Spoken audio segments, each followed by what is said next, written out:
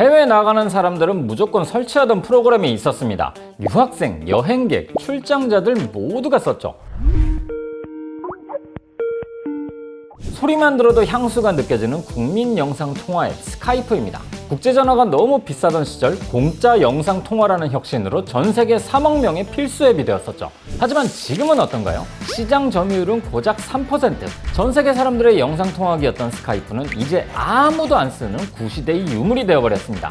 그래서 마이크로소프트도 결국 스카이프의 서비스 종료를 선언했고요. 그래서 많은 사람들이 이렇게 말합니다. MS가 스카이프를 망쳤다라고요. 하지만 정말로 그럴까요? 사실 그 뒤에는 더 거대한 흐름이 있었습니다. 오늘은 스카이프가 어떻게 전 세계 최고의 영상통화 앱에서 아무도 찾지 않는 불편한 유산이 되었는지 그 이면에 숨겨진 시대적 변화와 기술의 교차점을 살펴보겠습니다. 오늘의 수요시장 시대에 뒤처진 혁신 스카이프의 몰락입니다.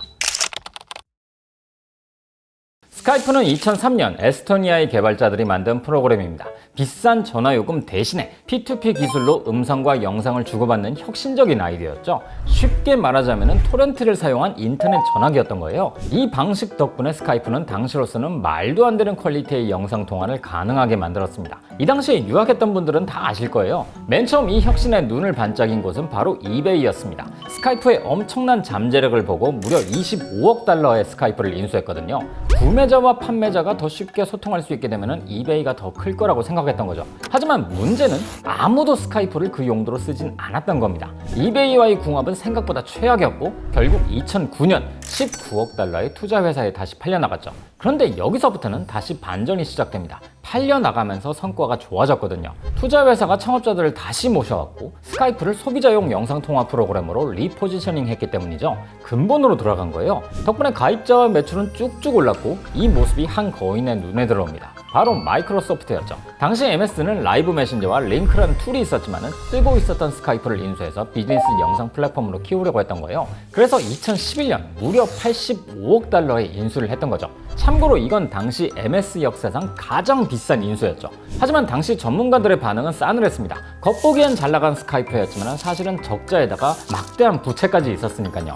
그래도 MS는 스카이프에 투자를 아끼지 않았고 결국 2016년 무려 3억 명의 사용자를 보유하게 됩니다. 꽤나 승승장구했던 거죠. 다만 문제는 그 다음이었습니다. 2016년 MS는 팀즈란 새로운 플랫폼을 발표했고 2017년에는 스카이프 비즈니스를 단계적으로 폐지한다고 발표했죠. 심지어 같은 해 스카이프에는 다양한 업데이트가 되었는데 이게 역사상 최악의 업데이트였습니다. 쓸모없는 기능이 덕지덕지 붙고 통화 품질은 떨어지고 이용자 평가는 곤두박질 쳤거든요. 게다가 줌 같은 새로운 서비스들이 치고 올라오면서 MS 팀즈조차 스카이프를 추월하게 됐죠. 그래서 사람들이 이렇게 말하곤 합니다. MS가 스카이프를 망쳤다. 어느 정도 일리는 있지만 정말로 그게 맞는 말일까요? 사실 더 큰 흐름이 있었습니다. 2010년대는 스마트폰의 시대였고 인터넷 속도는 상상을 초월하게 빨라졌죠. 하지만 스카이프는 초반에도 설명했듯이 P2P 기반으로 작동합니다. 옛날에는 인터넷 속도가 느리니까 음성과 영상을 전송하려면 서버에 쏟아지는 과부하가 커서 사용자의 컴퓨터 리소스를 활용해서 이용자들끼리 쌍방향 연결이 편했지만요. 이제는 프로그램이 너무 무겁기만 하고 보안에도 취약한 상황이었던 거죠. 2010년대 스마트폰의 시대에서는 알맞지 않은 프로그램이었던 거예요. 그와 동시에 SNS 시대가 열리면서 생긴 메신저 앱들은 스카이프를 더 이상 특별하지 않게 만들었습니다. 분명 메신저 앱인데 나중엔 통화를 넘어서서 영상 통화까지 지원했거든요. 스카이프만의 고유 영역을 스물스물 뺏어가고 있었던 거죠. 특히 왓츠앱은 페이스북에서 인수한 후에 적극적인 발전을 해나가면서 MS와 스카이프에게 있어서는 상당히 큰 위협이 되었습니다. 그리고 일단 MS가 스카이프를 자사 플랫폼에 통합하려는 과정이 너무나 오래 걸렸죠. 사실상 새 프로그램을 만드는 수준이었거든요. 그래서 처음에는 스카이프와 링크를 묶어서 스카이프 포 비즈니스를 출시했지만 결국 다시 분리해서 새로운 비즈니스 툴인 팀즈를 내기로 결정합니다. 이유는 간단했어요. 개인용 시장은 SNS와 메신저들이, 기업용 시장은 슬랙 같은 서비스가 이미 장악해 나가고 있었기 때문이죠. MS로서는 이 양면 전선에 대응할 차별화된 무기가 필요했던 거예요. 그래서 앞서 언급했던 2017년에 스카이프 최악의 업데이트도 사실은 스카이프를 개인용 SNS로 전환하려던 시도였습니다. 이 업데이트는 정말로 최악이었습니다.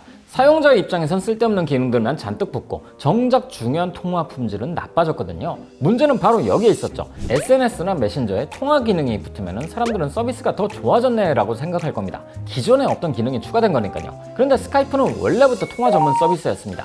기능이 늘어나면서 통화 품질이 나빠지니까 오히려 퇴보했다고 느껴질 수밖에 없었죠. 플러스 알파가 아니라 그냥 마이너스였던 겁니다. 그리고 이 사이에 줌이 무섭게 성장했던 거죠. 더 가볍고 편리하고 비즈니스 환경에 딱 맞는 기능들만 있었으니까요. 만약 MS가 팀즈를 빠르게 내놓지 않았더라면 시장을 줌에게 다 빼앗겼을 겁니다. 정리하자면 스카이프는 분명 한때 시대를 앞서 나간 훌륭한 서비스였습니다. 하지만 스마트폰과 SNS의 시대가 열리면서 무겁고 불편한 서비스가 되어버렸죠. 개인용 시장에선 메신저 앱들이, 기업용 시장에선 줌과 슬랙이 스카이프의 자리를 빠르게 대체한 겁니다. 그리고 결정타가 등장합니다. 팬데믹. 전 세계가 재택근무에 들어가면서 가볍고 직관적인 협업 툴에 대한 수요가 폭발했던 거예요. 그런데 스카이프는 무겁고 정체성마저 애매했습니다.